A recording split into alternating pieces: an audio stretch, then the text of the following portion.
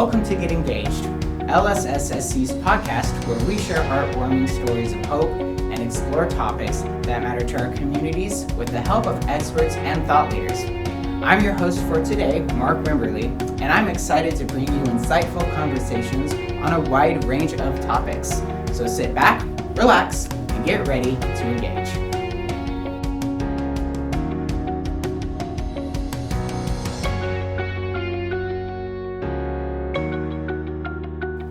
Today, I am excited to be joined by Dr. Jerry Price, Dean of Students at Chapman University. He's joining us here in our corporate office today. It's wonderful to have you here today. Thanks for having me, Mark. Yes, sir. Go ahead and start out and just tell us a little bit about yourself. Okay, well, for the last 16 years, I've been Dean of Students at Chapman, originally from Texas, but have worked in universities in Texas, Iowa, and in California, working to try to help students be successful in college. So tell me, what are the different facets that make a student successful? You know, it's interesting you should ask that because we're building a student success center on campus. That's in our strategic plan, and so we're talking a lot about that. And I think fundamentally it comes down to, particularly for Chapman students, three things. They have to feel like they're feel good about their academic progress. Am I in the right major? Am I doing well enough? Am I earning credits at the right pace and things? Secondly, are they feeling connected within the community? We're not a school, well, you should know that we're not a school where you just kind of, some places call it PCP, parking class parking. You know, right. You get engaged, you develop relationships, so that's an important part. Mm-hmm. And third is, maybe relevant to our topic today, is well-being. That being in college is hard, Chapman's harder than most, and if you're not at your best, if you're having physical or emotional or psychological struggles, it can really compromise your ability to be successful academically. Absolutely. Well, and that's, I think, wonderful that Chapman is leaving that space to be able to address those needs for college students. And that's something that's really important to us at LSSSC is the mental health of especially the younger generation. Do you find that it's really prevalent now more than ever, or do you think it's kind of been staying the same? That's an interesting question to answer, and I say that because I used to, when people ask what's it like being a dean of students in Iowa and Texas and Chapman, and I'm like, you know, even though different places, different students, they fundamentally are the same in terms of what they want out of college, what they want out of life, their families, relationships. But about 10 years ago, I started noticing a difference for the first time in, 20-something years. And students seem to arrive at college a little less emotionally prepared for college. And now there's been lots of books written about this thing. Sure. Some attribute to the pandemic, but it was happening before the pandemic. And we can debate what the reasons are. But students, they're less ready to manage conflict, whether it be roommates, professors, things like that. They're a little less confident.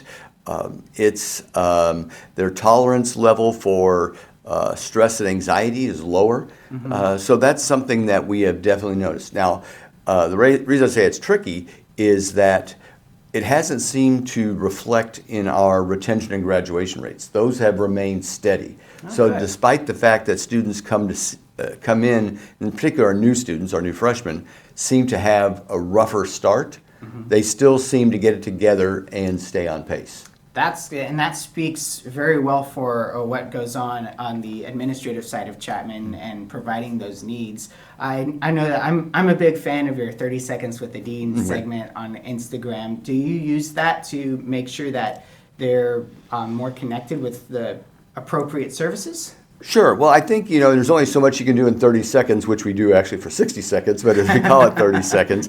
But every week we're just trying to highlight the different things that are going on campus. Mm-hmm. If it's a big student organization event, I try to highlight that. But I also try to highlight the little hidden things that are going on campus. I like to think about the student who has the atypical interests, mm-hmm. and that when walking on campus may see or it may appear to them that everyone here likes the same things or is from the same area, is from the same socioeconomic class and such, and I don't feel like I fit in. Well, we like to point out that there's all these different things, whether you're like improv or poetry or whatever. There's a lot of other interesting things going on there too. Yeah. And that really, I think, contributes to really helping the experience at Chapman be more full and complete when you can find all the little nuanced things like that. It is. Finding your home base, for lack of a better word, is an important part. It doesn't mean you have to feel like you belong to everyone, but you have to find some niche.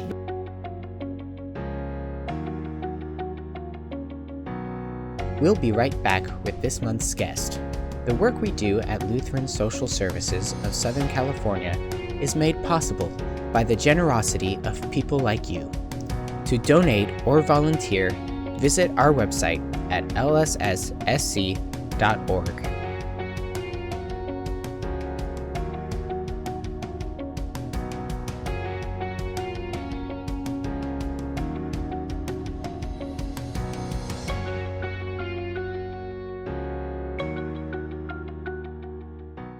So Dean Price, we were just talking about making sure students found their place and felt at home, and I would like to switch gears just a little bit. California is in the news a lot for its housing instability, and we know that it's pretty widespread around the area, but I wonder if you see that affecting students at all. We do. We're fortunate that most of our students come from families with resources, that it's not a problem, but every year we see students who run into housing problems. The perception might be of Chapman students that they all have lots of money, and the truth is about 20% of our students qualify for Pell Grant, which is the highest need level the federal government identifies in their financial aid process. And so, but those same students tend to be very bright. And so in addition to some need-based grants, they get scholarships and things, and with a little help from some small loans, they often can cover all or most of their tuition. But that doesn't help with their housing. So either they have to come up with some housing if they can't afford Chapman housing, or they're local students. But every year we have students who think they have a stable situation, then something develops.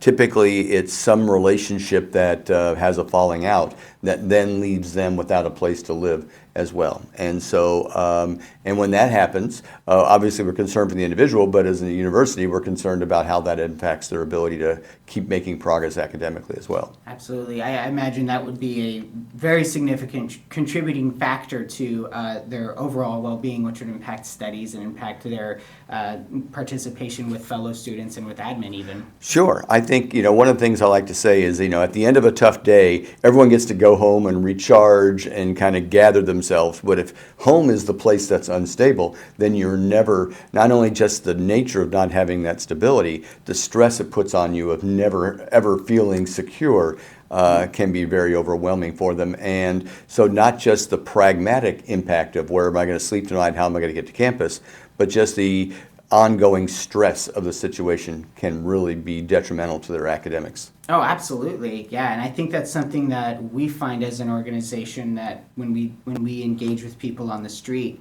yeah, there is no safe and comforting place to recharge when they get home, and that's the theme of our gala this year is there's no place like home. We're very acutely aware of that kind of situation for sure. Do you find that number of students that experience this instability, is it growing, or do you find it staying mostly the same? I would say that it is fairly stable. It was huge during the pandemic. Another thing that people are surprised, we housed over 800 students during the pandemic, even when we were remote, because for some students, they relied on us for housing. Without us having housing, they couldn't be here. And so, and other students who were in the community but lost their jobs or had their hours cut back drastically. And so, fortunately, we have a group of donors who contribute to what we call a hardship assistance fund that we use for students, and we gave out lots of rent subsidies. We're not an ongoing subsidy. It's more of a stopgap where I was working and lost my job, so we would give them a couple months' rent while they went out and got their hours back up or things like that. So we saw that a lot during the pandemic, and then afterwards things stabilized. But every year we have I would say 5 to 10 students who we learn of that their housing situation is problematic. Well, one thing that's really encouraging for me to hear, and I'm sure our listeners will really appreciate this too, is that you're looking at each student as an individual, and you kind of recognize, as do we, that one person's unstable housing situation is not going to look the same as someone else's, and you have to address them as a person on an individual basis, don't you? Absolutely. And I think that, again, sometimes it's just simply, my landlord's kicking me out because I can't pay. But we also have situations, for example, where, my mother's boyfriend moved in and he's kind of abusive towards me, so I don't feel good there, so I'm going to go live with my brother, but he's another 20 miles from campus.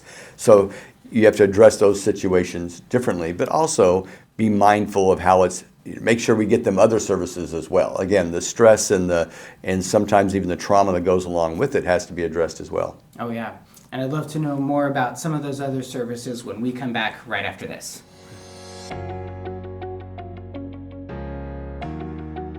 Stay tuned for more. LSS-SC is excited and proud to announce that our third annual Gala and Awards will be held once again at the historic Riverside Mission Inn. Mark your calendar for November 8 as our community declares and affirms that there's no place like home.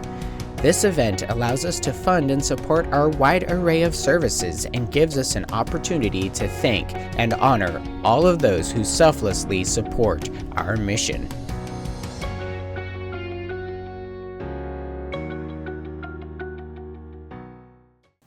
So Dean Price, we've been kind of all over the board here, but I know that personally, as a former Chapman student, I know that this area of California is very diverse with its socioeconomic challenges, but also with just the people who come here for the great weather or for the attractions. But tell me, specifically at Chapman, what are some of the biggest challenges that are facing the students? I think that we touched on one earlier. I do think it is their mental health, but I don't know that I would say for our students it is so much clinical mental health as much as it is just learning how to develop and sustain meaningful relationships. Right. That doesn't mean, it can mean like significant others, but it could also just mean roommates, friends, professors, employers. I think that I tend to attribute it to a lot of too much time online, and that there's some data to suggest over the past 15 years, middle school and high school students are spending less and less time with peers in person and more time online. And those adolescent interactions is how you learn how to negotiate conflicts and disagreements and how to deepen relationships and things. I think a lot of our students just flat haven't had that kind of practice when they arrive here, and this is such an immersive environment, such a residential environment. You're all, almost 10,000 dumped in together, and you, even a student who thinks I'm really only here for the academics, learns that no, I've got to feel like I'm a part of this community. I've got to feel like I'm a member, a part of this family, or it's not the same. And they're just not as confident in doing that. So helping them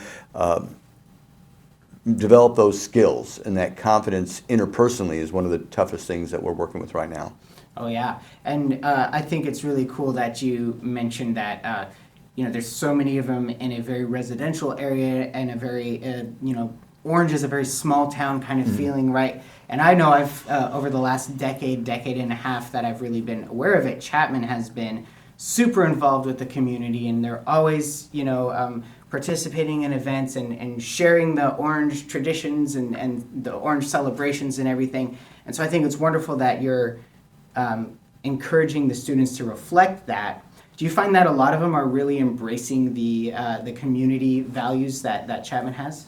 I think that, just the city of Orange itself in Old Town is a huge asset to the university and our students. I mean, it is a big draw, and they immediately feel a connection to the community around them. And as they get deeper into their academic program, become sophomores, juniors, then they start finding the other values to it. Right. Opportunities to get involved, opportunities for internships, just employment, professional mentorship. There's a lot around here other than the kind of quaint Old Town, which is still so important to our students. So helping them connect, because you're right, about a third of our students come from out of state, and another 20% or so come from Northern California. So this is new area for them, and but they come here because the region is part of the draw. I mean, obviously they come because they want the university, Sure. but they're also excited about the opportunities, both personal and professional, that are available in Southern California. So we try to do our best to help meaningfully connect them to those. Yeah. And you had mentioned that they come from out of state. Do you feel like maybe universities in other areas of the country would kind of reflect the same values where being involved in the local communities from an administrative standpoint really encourages the students to kind of tap in as well to complete that sort of need in the mental health? Well, I hope so, and I think that universities generally, if you go back to the very early days of universities' development in the United States, they were developed not for the benefit of the student, they were developed for the benefit of the community. In other words, these new colonial communities in America needed doctors, scholars, economics, commercial people, and so they needed to create a system by which they developed those leaders in their community. In many cases, it was spiritual leaders were primarily the cause. Teachers, spiritual leaders have always been at the root, and so even hundreds of years later, that's still true. That the best universities see that we're preparing students to serve the community around them, both locally and globally. So I think that's always been an important part of the university mission. That's and that's really profound that we see the pattern this whole time. So what do we do as listeners and viewers? What can we do that can help embrace some of these students that are coming from elsewhere to a brand new strange place and maybe don't have the skill set they need to cope with the conflict and so on, as we spoke of? Well, I think that the key is relationships. So if there are opportunities for students to get involved, maybe it's some kind of cause that's important to them, and maybe they were involved back home but haven't found that space here. Being involved in that type of service is a very meaningful experience. But for other students who are more pragmatic about their time, internships and other kinds of part-time jobs, we like to have them work on campus, but we also feel like it's part of that evolution that they need to start branching out and having those other opportunities as well. Right. Now, we're fortunate we have a lot of employers and businesses in Orange County that like our students, who find our students do well, and they will come welcome them for internships and things. But the more and the bigger base we can develop with that, the more options we provide for our students, I think the better the opportunities they're going to find their place. Well, thank you so much for being with us and sharing all of this. It's truly exciting. It's been an honor to have you here, Dr. Price. Thank you. I've enjoyed being here. Thanks for inviting me. Excellent. Can you spare 15 minutes to double your impact? Go to lsssc.org/donate, then simply enter your employer's company name into the matching gift tool. If your employer matches gifts, you will be connected to the appropriate forms to complete. It's that simple. Thanks so much for tuning in to Get Engaged. I hope you enjoyed today's episode. Please subscribe to the podcast and leave a review on your favorite platform. Don't forget to follow us on your favorite social media site or look us up on our website, www.lsssc.org, and keep up to date with all the ways that we embrace, equip, and empower Southern Californians in your community. Please join us next time for another important episode. See you then.